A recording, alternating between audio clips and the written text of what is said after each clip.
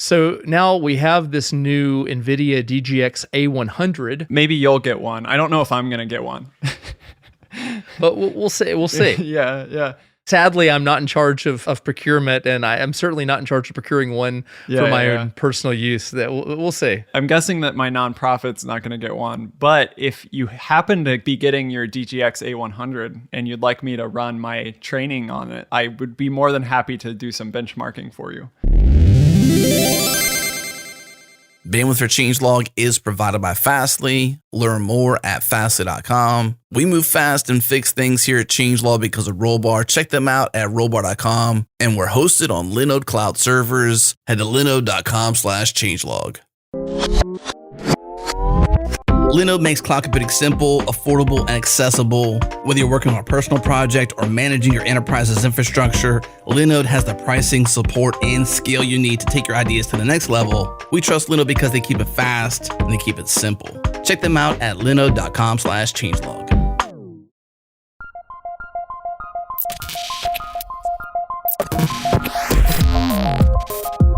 Welcome to Practical AI, a weekly podcast that makes artificial intelligence practical, productive, and accessible to everyone. This is where conversations around AI, machine learning, and data science happen. Join the community and Slack with us around various topics of the show at changelog.com/community and follow us on Twitter. We're at Practical AI FM. Okay, take it away, guys. Welcome to another fully connected episode where Daniel and I keep you fully connected with everything that's happening in the AI community. We'll take some time to discuss the latest AI news and we'll dig into learning resources to help you level up your machine learning game. So welcome to the Practical AI Podcast. My name is Chris Benson. I'm Principal AI Strategist at Lockheed Martin. And with me as always is Daniel Whitenack, Data Scientist at SIL International. How's it going, Daniel? It's going great. It's a beautiful day outside. Hopefully I can take a walk after this. And I've been staring at my screen most of the day since like 7 a.m. So I'm ready for a walk around the block or something. That sounds like a good idea. I am bleary-eyed from screen time as well. So get outside and enjoy it, especially now that at least where I'm at in Atlanta, the worst of the pollen seems to be past. Yeah, right. Yeah. So that's good. No more yellow cars from pine pollen everywhere. Yeah, that's rough. We need like an AI model that like takes in pictures of cars in people's driveways and like tells you whether it's safe to go outside yet because of the pollen levels or something. There you go. I'm sure there's easier ways to do that, but that's right. So we'll have to prep people next year. So we'll just ask everybody in the audience next year to send us your images of your cars covered in pine pollen with a date time attached to it, and we will have a great project to go on this. Yeah, exactly. So and before we get going, I know that you've been doing some training classes. How have those been going? They went really good. It was interesting because normally teaching, by the way, not taking. Yeah. So normally when I do like AI trainings in industry or like at conferences or something, obviously there's normally like a whiteboard there. There's a lot of kind of changes as the class goes on because there's a lot of easy kind of back and forth. So it was interesting to figure out the virtual dynamic with everybody being at home. I think actually it ended up having some benefits because it sort of forced me, like normally I kind of write things at the whiteboard. I'm able to like make changes as I go, but to be able to, or to have to sit down and work things out in a strict set of slides that I'm showing made me really think about like, what is the proper flow to explain this idea and like show certain things. So in that respect, actually, it was a learning experience for me. I'll bet. Because it helped clarify some of that logic and even in my own mind. So, but it went really well, and the students had some great questions and went all the way from what is AI to convolutional layers and recurrent layers and training cool things. And so yeah, it was a good time. I've always found that no matter what the topic you teach, it forces you to assess everything that you think about because you got to explain it to other people and answer all that. And every time I've done that, I've learned so much more about whatever it was I was going to teach. So for sure, yeah. And people ask questions that just never have come into your mind, not because they're bad questions. It's just a different point of view. So it forces you to like backtrack yourself and kind of look at things from different directions.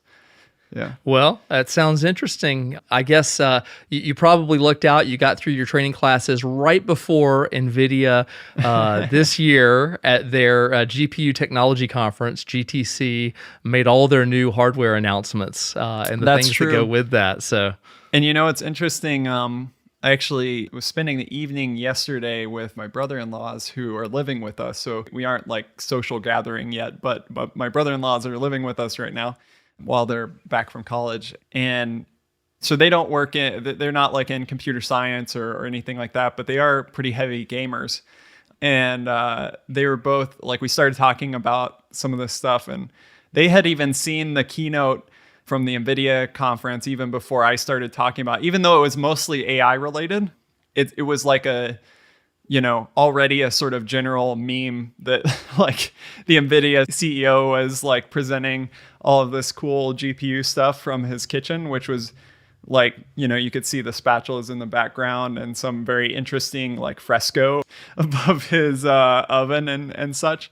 So it was really interesting in that sense that there was even people that aren't in this space, like it made some impact on their life, which was really interesting.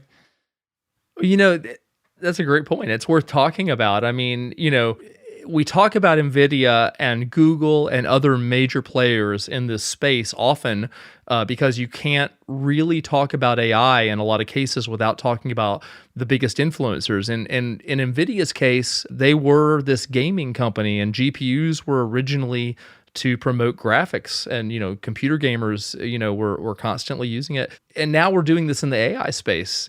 So any thoughts on how, or insight into how that evolution came about and why we're using GPUs for all this stuff? Yeah, and actually also demand from the Bitcoin mining That's true. space as well. So it's very interesting that like if you look at NVIDIA's rise over time, of course they existed for quite some time, but it's almost like, so they existed for a reason and they were really good at this reason. And then all of a sudden, like the things that they were good at became like the most important things in the world. That's how it seems. And then they just they were already there. So it's like they just exploded. So yeah, you're right. So if you think about like video gaming and that sort of thing, or like things you would want to do in video processing or graphics, for example, like you might want to apply a filter to some image or frame of a video, right? Like to darken it or to apply a gradient of color or something like this. And so you're essentially applying some operation to the pixels of an image, which are set up in a matrix and have like even some depth because there's a color dimension, right? So you have like this matrix of numbers, and then you apply some operation on the elements of this matrix, or really this volume, this input volume. In AI, of course, with convolutional layers, like you are doing almost that exact same thing because you're applying like a series of weights and bias and functions like activation functions to individual elements of a matrix or an input volume. But even in like recurrent layers or like fully connected neural networks and that sort of thing, the types of networks that might be relevant to other things like text or just like general classification problem, even those take some input vector or matrix and just apply a series of weights to those, apply functions like activation functions like tangent and sigmoid and all of these in an element wise way.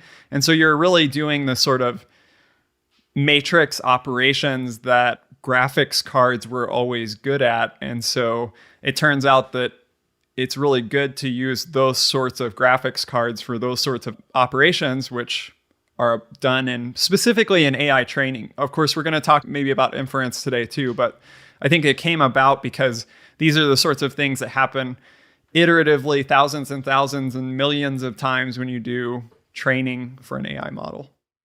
That has to be the most accessible explanation to that evolution that I think I've heard anyone say. I think you did it better than NVIDIA actually says it. So that was well done. They can pay me if they like. I mean, or they could send me a graphics card. If that would probably actually be better. NVIDIA, if you're listening, hint, Titan RTX I won't even take the newest one. Don't even give me like an A100. No, give them the newest one. I don't, just small potatoes. Yeah, that $5,000 or what I don't even know how much it is. Titan RTX. Well, now that we have been pleading for free stuff, let's move on to some of the things that they announced, which many organizations around the world are going to be trying to evaluate and figure out how they're going to incorporate, buy into, and basically utilize this new hardware and the supporting software capabilities that go with it. Yeah, definitely. So, I guess one of the things to talk about here is, even before we get to announcements, are the types of GPUs that are currently available and in what forms, what kind of off-brand GPUs are out there, because NVIDIA isn't the only player in the space. Any insight into that? Yeah, I mean, it's probably worth distinguishing a few things here. I guess first is like accelerators that are out there and types of GPUs that are out there, and also like access patterns to those, whether that be like locally or in the cloud or whatever. At least from my perspective, and I'm by no means an expert on this, on the like graphics card front. Actually, probably my brother-in-laws could do a better job, but there has been a progression, and most of the time you'll see like graphics cards referred to by some series of numbers and acronyms. So like recent ones have been like something like 1080 RTX or Titan RTX or something.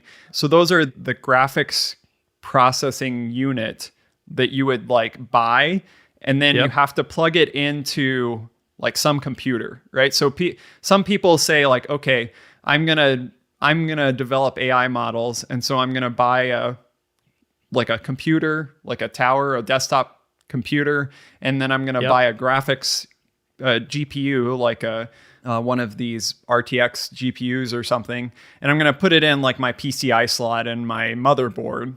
And then when I do AI training, then I'm going to like offload the training, some of those training operations to the graphics card or GPU that's input to my computer. So that's sort of one of the first ways you might think about doing this is like, I'm going to do AI development so I can buy a computer, and then I'm going to buy a graphics card and just put it in there. And a lot of those, of course, come from NVIDIA. They make a lot of those cards, but there's off-brand ones that kind of are similar to the models that NVIDIA has. And then there's also like other brands that have their own style of graphics card and that sort of thing. Have you ever built or thought about building this sort of like workstation for your home to like sit by your desk or something?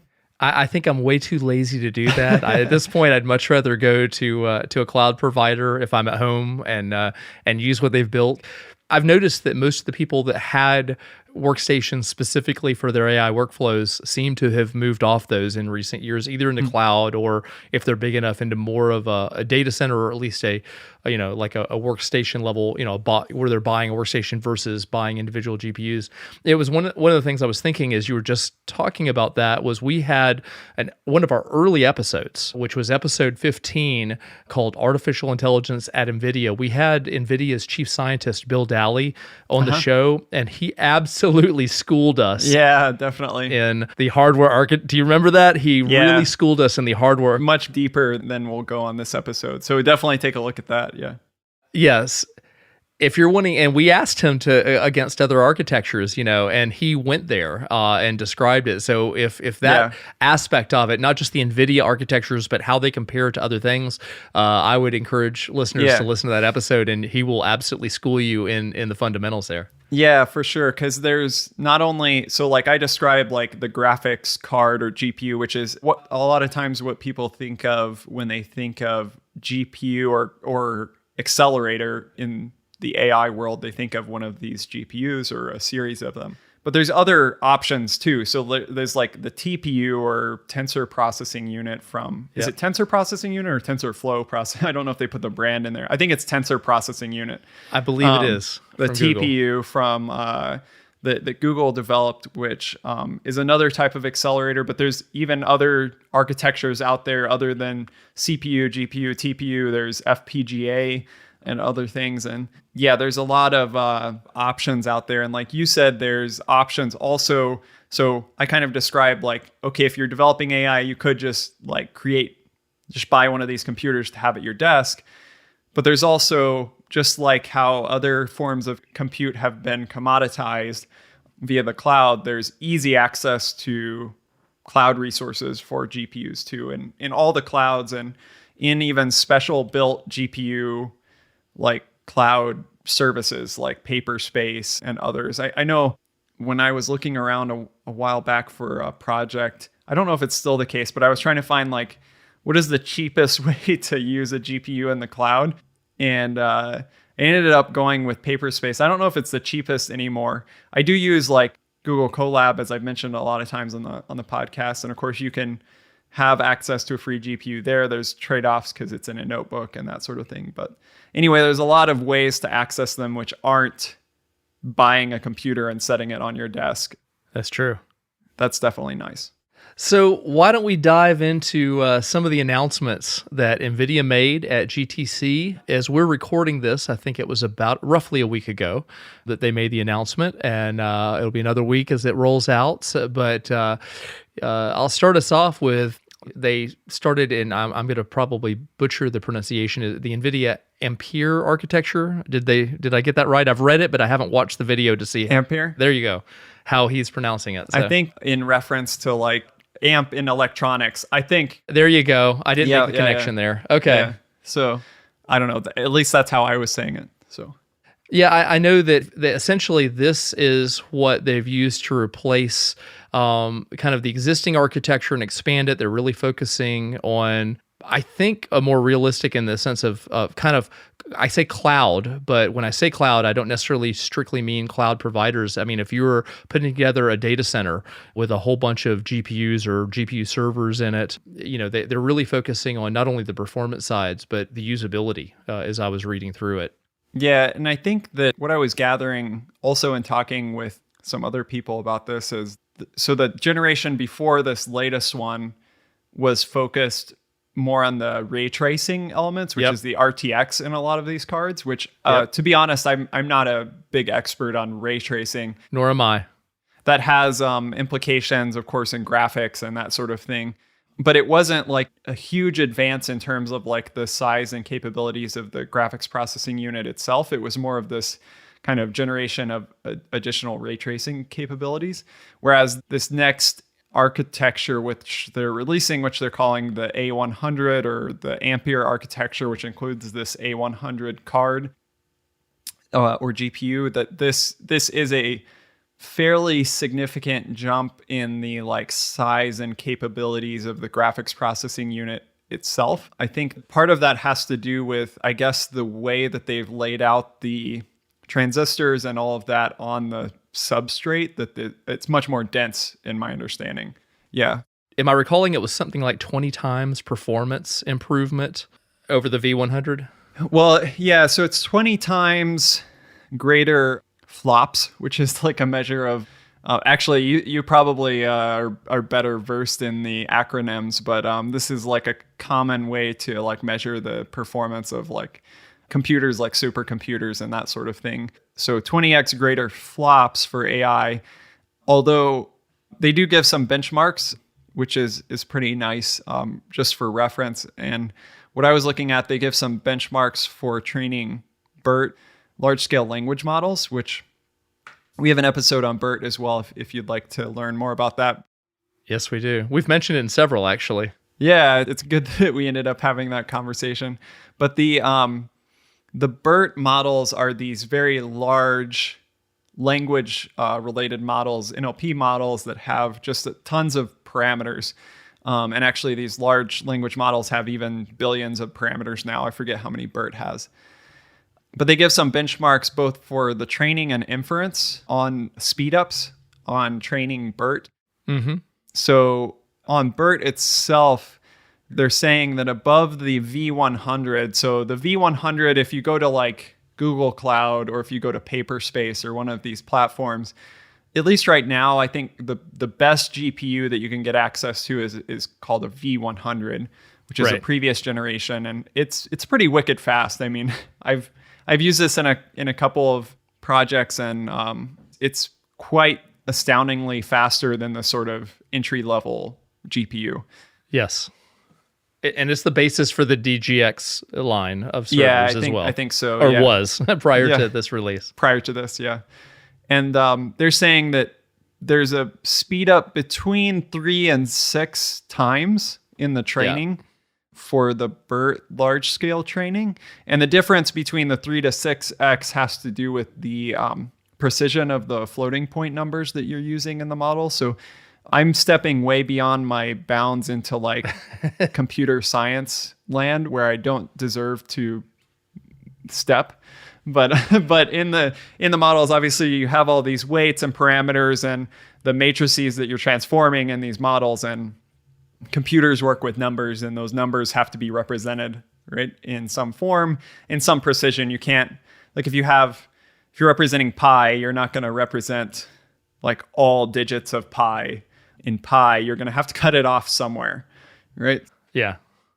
This is having to do with that precision of the numbers. And you can actually, if you reduce the precision of how you represent numbers, you can sometimes speed up your performance. And so that's what they're talking about there with that difference to 3x to 3 to 6x. 6x, yeah. And I think I'm looking at their inference, and I know they're saying it's a 7 times speed up on inference. Mm-hmm. So it's substantial in that case. So they say like this card, this A100 accelerator, they bring up this idea of, what do they call it? I don't know if you say it MIG, I'm thinking of like the fighter jet, but the multi-instance GPU, which is a really intriguing idea. Do you work for us now in that way? Yeah. They're saying it's multi-instance GPU, which in my understanding, are they saying like you can basically treat the GPU as 7 GPUs? Is that what they're saying? So I was wondering that myself. And so a big topic that I spend my time at work is around multi-tenancy in your workflows and, the accessibility of compute in those. And I was taking it in that way, but I'm not sure because they're a little bit ambiguous in the way they use some of the terms. And another one that I noticed is they talked about the need for no code changes. I'm assuming that's CUDA code changes in this case, but they weren't always as specific as they might have been in terms of their explanations here. I was wondering about that as well. Of course, there's certainly are ways to make changes like this transparent, but there's a change somewhere, right? It's just maybe at the abstraction level you're working with in TensorFlow or something, you don't have to make a change in TensorFlow, but in the underlying libraries, somewhere it seems like there's some type of change. Yeah, it talks about on the multi-instance GPU, as I'm looking through that, it's talking about 7 different isolated GPU instances running different applications simultaneously. Yeah. So it seems like when they say 7x speed up for BERT large inference, and they have under their, in parentheses, 7 MIG or 7 multi-instance GPU. They're using them all. What I'm assuming that it's meaning is they basically are running 7 inferences in parallel on the 7 GPU, which seems to be the same performance that they're indicating for as the V100. So for inference wise, it seems like, the change is that you're able to run things in this parallel way, whereas like on a V100 or something, maybe you couldn't do that, and so there wasn't that speed up. I'm making some assumptions here. That's true. I know for a fact that there are folks at NVIDIA that listen to the podcast, so hopefully if we're getting this wrong, they can clear us up. Yeah. They can clarify for us, and we'll come back at a later time on a later episode and say, we were wrong. We're happy to do that. So we're making the best of it. We were wrong, and if you send us a GPU, then we'll prove that we were wrong on our own local system. You're back to begging. Oh. It seems pretty cool. I mean, I like the idea that if you've gone from a stage of training to inference, basically, whereas before maybe you had this full, like powerful GPU that you were basically running inference on, but not like soaking up all of the goodness of the GPU and the compute. Here they're basically saying, okay, well, you can sort of parallelize the inference over that and still utilize this whole compute capability. But now you're just have this ability to split it up in nice ways. So I definitely think that's pretty cool. And yeah. It's interesting with the parallelization of this. There was an image that I saw NVIDIA had put out where they were kind of comparing the old architecture with the new A100 architecture. And they basically had, one little server for the new that was the equivalent. They were showing, rows of racks of servers in terms of its productivity. But it was definitely an impact. It was something that me and some folks I work with were passing around. And so... yeah, gotta keep up with times, I guess, if you're gonna keep driving forward on compute. Anything else on the architecture at large before we talk about DGXs or dive into the processors themselves? I think the one thing that you mentioned about like the speed up without code change, I think they do introduce this new idea where, as people before had talked about floating point 16 and 32 numbers. Yeah. Where again, these are having to do with the sort of precision with which you're representing numbers. They introduced this new idea of like tensor float 32. I saw that. Which apparently with float 32, obviously if you have more digits, you can represent more numbers, right? There's like this kind of range, but it's not as fast as using floating point 16 in some cases. So what they're saying is they're trying to balance the two, I think, in that they have a wider range of numbers they can represent in this representation, but with lower precision such that they can, speed up training. So, again, hopefully I've represented that well in terms of how they're thinking about it. There's an image of this on a blog post that we'll link in our show notes if you want to kind of understand how the floating point 16, 32, and TensorFloat 32 compare. But this is definitely a new representation on this chip that I don't think has happened on any other architecture yet. So that might be worth pointing out. Yeah, totally. Another thing that we probably should mention from the architecture is that they've gone to the new third generation for NVLink and NVSwitch. Oh, yeah. And that manages the network scaling of how you're moving, your data around through the chips and stuff. And I think that it's something like a 10 times bandwidth, if I recall, in terms of what it can do compared to, or it may have been 10 times more than PCIe Generation 4. I think that was what it was that I was recalling reading. I'm going to get the number wrong, but they said there was like so many terabytes per some insanely small time. So it was like a bunch of data you could transfer back and forth very, very quickly via these links. Absolutely. So the NVLink that has to do with communication of data between GPUs. Is that the idea? That's what I've always assumed. I don't have the opportunity too often to run my training on like 32 GPUs. So this is where I'm kind of getting to the edge of my understanding. But I did watch a YouTube video and I think that's what they implied.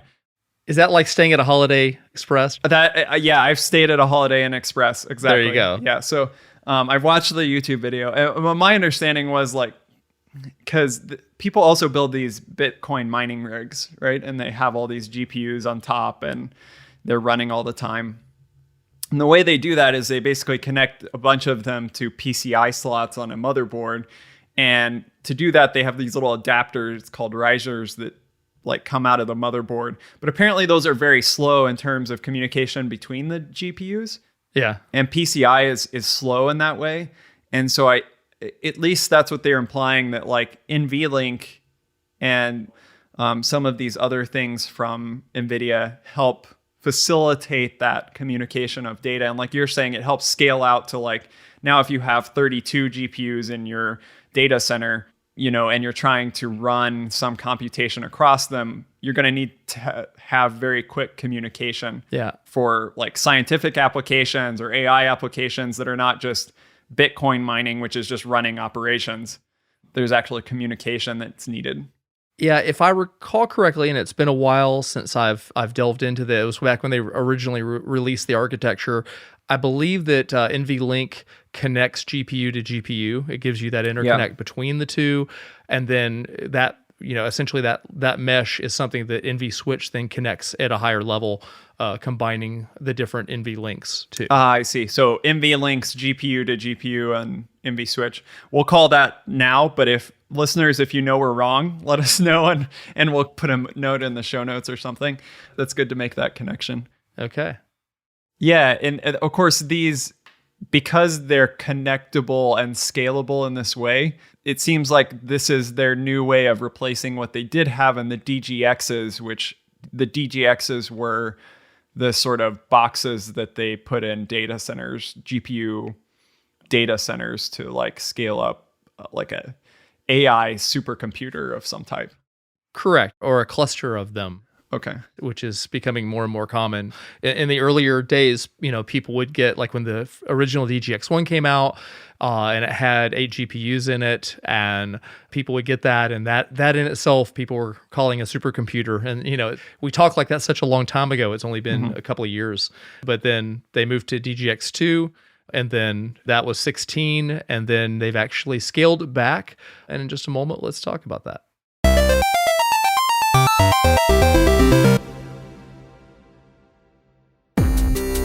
The Changelog is deep discussions in and around the world of software, and it's been going for over a decade. We interview hackers like Chris Anderson from 3D Robotics.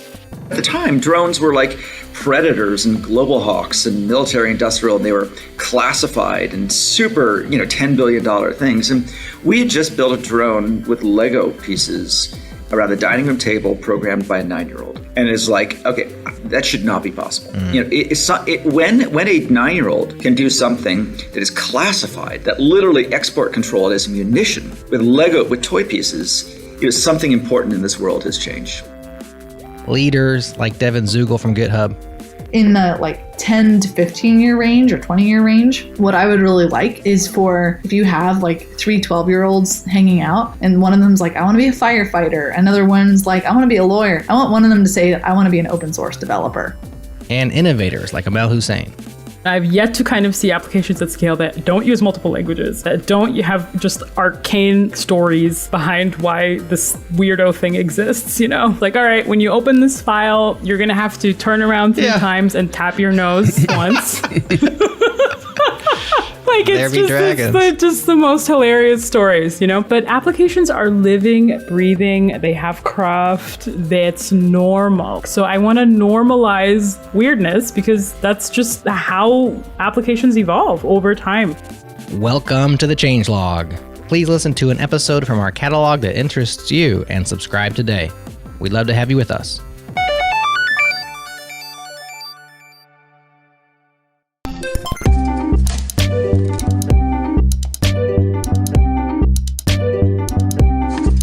So now we have this new NVIDIA DGX A100, which they've kind of broken the paradigm of their labeling. So they went from DGX1 originally to DGX2, and now they've gone to DGX A100. Maybe you'll get one. I don't know if I'm going to get one. But we'll see. We'll see. Yeah. Sadly, I'm not in charge of procurement, and I am certainly not in charge of procuring one for my own personal use. That we'll see. I'm guessing that my nonprofit's not going to get one, but if you happen to be getting your DGX A100 and you'd like me to run my training on it, I would be more than happy to do some benchmarking for you. Gotcha. I'll talk to my boss's boss's boss's boss exactly. and see what's possible for it. Yeah, I'm there for you, my friend. I'm really into the mooching today. Yeah. Totally, I got it. I'm good. We're there to support you. I'm there for you. But yeah, I mean, with this new architecture, it's much more performant, but they've actually cut the number of GPUs in the server back down to 8 from 16. But it has the enhancements that we just talked about that are at the processor level architecturally. So it's interesting that they kind of cut that down, but they have this multi-instance GPU capability. So actually, they say you can run 56 applications. GPU applications, 7 per GPU times on the 8. DGX. Yeah, and like you were saying, even though there's fewer here, because the size increase of A100, they kind of showed this picture in the keynote, which people can watch. But supposedly, you can kind of reduce the size and footprint of your data center because you're doing more computation per box per DGX than you were before. Correct.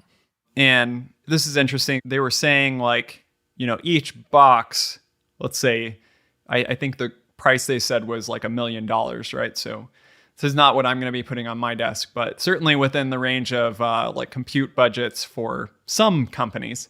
So like each one was that expensive, but you could do the same that you could if you spent previously like $11 million on your data center. So like scaling wise, you can do more with less, I think is the idea.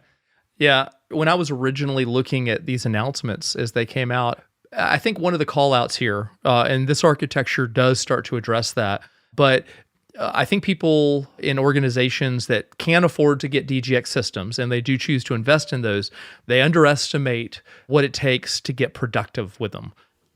And so they kind of just think, I can go buy a DGX and just everything's going to work out after that. And then all my training will complete in 3 days and I'm done. Exactly. Nothing to it. But I think the challenge is when you're scaling up to one or more DGX systems, then you are talking about an overall, I'm not just talking about a DGX architecture, you're talking about an overall systems and software architecture in your organization, and specifically data architecture that can support moving a lot of data around through training in an organized way that flows in with your business processes. And that is a big challenge. And I think, and being able to make all that work in your own organization is where a lot of organizations are struggling. And I know NVIDIA works hard to throw them a bone. They work hard. They recognize that. And there are a lot of tools that they put out there to try to help you through that process. But I think this architecture has kind of accounted for some of those pain points of the past. And they're trying to make it easier to utilize, in number of GPUs across multiple DGXs, which is good because there are very highly scaled cases where you might be doing a lot of experimentation with like hyperparameter optimization, and you want to try just an insane number of different possibilities when you're doing your training, and have the ability not just to train one time, but to train many, many, many times, and thousands or millions even. And I think they've understood that, and that this architecture is starting to address that highly scaled use case. Yeah, I think that gets to the point of sort of, maybe something that is on people's mind as they listen to this is like, why not just the cloud and like use GPUs in the cloud, which you can certainly do. So like you could, if you wanted to run 1,000 experiments to test all your hyperparameters, you could spin up 1,000 GPU nodes in Google Cloud or Amazon or wherever. But if you're doing that at any sort of frequency or length, the bill's going to add up pretty crazy fast on that. So if this is something that like a company actually wants to do, and AI is central to their strategy, to their products, and they want to get that very best model, and they want to do that experimentation over and over and over again, if this sort of DGX system is capable of supporting the usability side of things like you're talking about, then they could run those over and over again as much as they are able to usability wise. And so I think that kind of gets to the point. For some people, like, I keep joking that I'd love to have access to this, but I probably wouldn't, just me, myself, since I'm the AI person doing a lot of the AI things on my team, and I don't have a team of 40 different people trying to run things all the time, then, I'm pretty okay with using like a GPU instance in the cloud when I need it, because I might run a training for 48 hours or even 4 days or something, but I do that not very often. And it's just me. But if you got like a team of 40 people, or you got multiple teams throughout your organization and they all need to run that stuff, that adds up really, really quick. It does. I have been pleased at just in general, when you combine the advances in NVLink and Switch, when you combine that with the multi-instance GPUs that these A100s are at this point, the scalability technology, which without diving into it is called Mellanox Connect X-6, if I'm saying that right. It's a nice blend of architectural considerations to get you there. And, we haven't even talked yet about advancements on the edge. Yeah. And that is a huge, huge area at this point.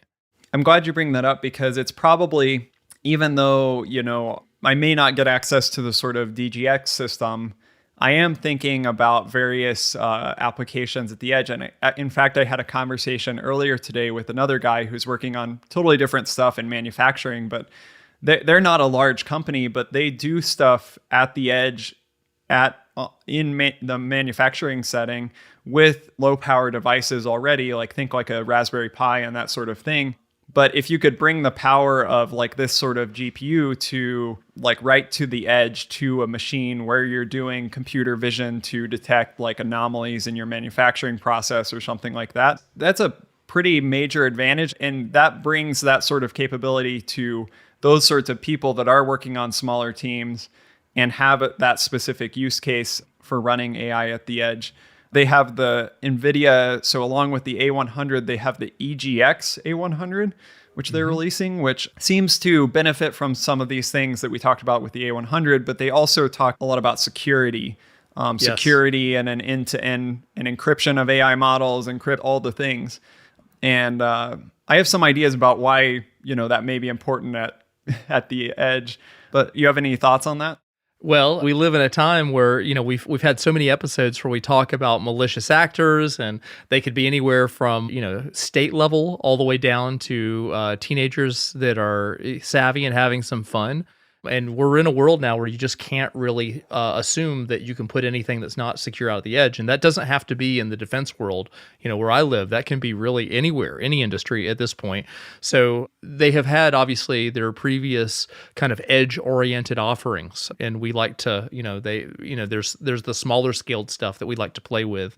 They have the NX out now. They've had Nanos out the last couple of years and stuff like that. But as industry really gets serious about pushing inference out to the edge and having it both widespread and pervasive, having kind of a comprehensive and sophisticated security model that they can deploy onto these platforms is pretty key. And I think that's really, at this point, it's no longer a specialty thing. It's now something we're all having to acknowledge. Yeah. And because if you think about some products that have come out over the past years, if you think about a drone that's kind of come out, I think there's multiple drones now that have come out that have some sort of AI model running on them that, does something it follows you around or whatever the thing is, it does some operation, object detection or something. If you're thinking about releasing a product that has this sort of edge GPU running inside of it, whether that be in a manufacturing sense or like the drone or robot sense or something, really the AI model that you're releasing with that is part of your IP, right? And you've spent hundreds of thousands of dollars into it. So you got the malicious actor side of thing, but you've also got the fact that if I buy a cool thing to strap on my manufacturing machine that has one of these GPUs in it, and it's doing something sophisticated, well, if they're giving me the model in this product that I'm buying, why don't I just unscrew the hatch and plug my computer in and just take the model off of it, and now I don't have to pay them for that product anymore, right? So we've gotten to a point where the actual AI model is a piece of IP and is extremely valuable. So you wouldn't want your client or your, competitor especially to just be able to buy one of your products, unscrew the thing and copy, CP mymodel.pb from the machine over to their machine. And then they've ridded themselves of their need for buying your product. Right. So, yeah. I was just going to say, it's funny. I've noticed this a lot lately. And that when we talk about the fact that you're now seeing models being deployed to the edge, just in massively parallel, deeply pervasive in whatever your business is. As I have a daughter who's young. We just went through a birthday, and the toys that you can buy these days are now incorporating this stuff in. You can actually buy toys that have convolutional neural networks in them. You can buy them that have NLP capability. And I think that's the moment where I find myself surprised, because we're so used to talking about it in these kind of business-oriented contexts. Yeah. But then, that's also someone else's business, is to make these toys. And And I keep being surprised at these toys that she unwraps, and they have these capabilities. Of all people, I should not be surprised, I suppose, but I am, just to see it in that context. Yeah, well, and especially in that case, like, at least depending on the age of the child, it would be important for that AI model to run offline on the device. And like, let's just keep that thing offline. And it's good if it acts as a toy, but let's not connect it to the wild west of the internet just yet. So yeah, I definitely see, you'd want to run that sort of model at the edge itself and upload it to the device, I think. The other thing I wanted to mention is, you mentioned the Nano. So if people are thinking about like Raspberry Pi, and this gets down maybe where it does bring some accessibility to a lot of people. So there's like Raspberry Pi devices, which are like single board computer devices, which have been, of course, wildly popular. But NVIDIA released a Jetson Nano, which is like a single board computer with a little GPU on it. And I was actually thinking about getting one of those, but I don't know if it was in this series of releases or just very recently. They released this Xavier NX, which is like a next greater version of this. They actually call it like a little AI supercomputer, and it is a single board computer. It's got like something like a 10x compute or something like that of the Nano. And so when I was going to get that one, I just ended up getting the other because it seemed pretty awesome. And I think that a couple of things struck me about this. One is I'm always trying to think of, like, for example, the cases that we work with and the people that work in our organization around the world, of course, work in a disconnected setting a lot of times because they're out in the field. And of course, a lot of people around the world don't have internet. But then also, we're not flowing with money. So like, what is a way to like get things running at the edge in a reasonable way, in a disconnected offline way, but also at a cost-effective way? And I find it really interesting that some of these things are coming out that have sort of a GPU capability. And the Xavier NX, it's interesting that it's got the GPU and you can run inference on it, but you can actually update your models as well. So they talk about doing transfer learning, which is like an update of a model. So you're redoing some of the training. Maybe you're training some of the layers, or you're training additional layers that you add onto your model. So I'm really curious when this comes in. It should be coming in today. So I'm kind of watching out my window right now. Yeah, I'm going to reveal before we started the episode, when Daniel and I were talking, he's watching out the window for UPS to show up. Stationed right by my front window. We might possibly get a package opening here on air, as with that new NX. Fingers crossed. Yeah. So I'm curious to kind of try. What I want to try actually is just to like start with a small model and see like how the training compares to like in some, like with a better GPU and paper space or something. And then like try it all the way up to like, how far can I push the training on the NX? Can I actually train, like how big of a model can I train from scratch on it? And then like, how big of a model can I do transfer learning on? Cause I find that incredibly interesting. The other thing that they talk about with the NX is cloud native things at the edge. And I know both you and I are really big fans of Docker. So I find it interesting, whereas before I didn't see them emphasize a lot of things about using Docker at the edge to run like AI related workflows. And now they're saying, well, this is how you should do it in this device. And I find that really interesting. Yeah, and not only Docker, but Kubernetes as well. It's, and I know we've talked about this on other episodes when we were hitting slightly different topics, but this whole kind of AI revolution that's happened especially if you're looking at the last 3 to 5 years, we really, really benefited from the revolution that had just swept through the software development world and software systems deployment world out there, and that Docker and Kubernetes became the systems to build on. And we landed on top of that and just took that over. So it's really good to see all of the hardware, whether you're talking about, the lower end GPUs, such as, the Nano that you talked about, all the way up to, the latest here, this, DGX A100, all using that same architecture. And so if you learn at one place, you can use it from the most scaled down to the most scaled up version. And you can use it in the data center and you can use it in the edge. And that is a wonderful, wonderful thing that we've inherited. Yeah, I totally agree. I've really enjoyed talking about all of these things. I've got a lot to learn on all of these fronts. And if you're thinking like, oh, all of this GPU stuff and like accelerated AI is very new, don't be afraid. There's still like, I didn't come from a sort of computer science background, but there is tooling that's accessible for you to, get into some of these topics. And one learning resource, a lot of times in these fully connected episodes, we like to mention learning resources. So actually NVIDIA themselves have what they call the, I think it's the Deep Learning Institute, NVIDIA Deep Learning Institute.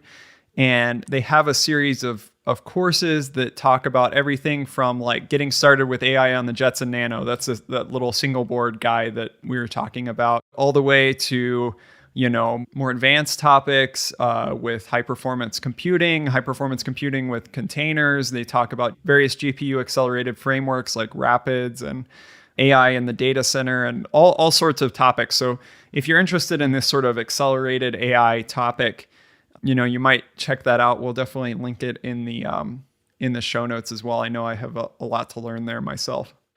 So I'm going to go slightly off topic, but it just occurred to me as we were talking about this. For the learning resource I'm going to throw out there, it's going to be one that a friend of mine mentioned just earlier today. That he has utilized. For those of you who may be familiar with the learning site Udemy, udemy.com, there is a course on there called Docker and Kubernetes, the Complete Guide. It's not expensive, especially there's a lot of coupons. You can get it at a very low price, like $10, $12, $13. And so this person had gone through that course and was like halfway, 2/3 of the way through, and just thought it was fantastic to ramp up on it. So given that recommendation, I'm going to recommend that to everybody, and we will put a link in the show notes, because if you're going to be in the AI world, it really pays to understand Docker and Kubernetes well. Awesome. Yeah. Well, check those things out. Reach out to us on our Slack channel or on LinkedIn or Twitter with any questions or thoughts that you have. And hope that this has been a fun episode. It has for me.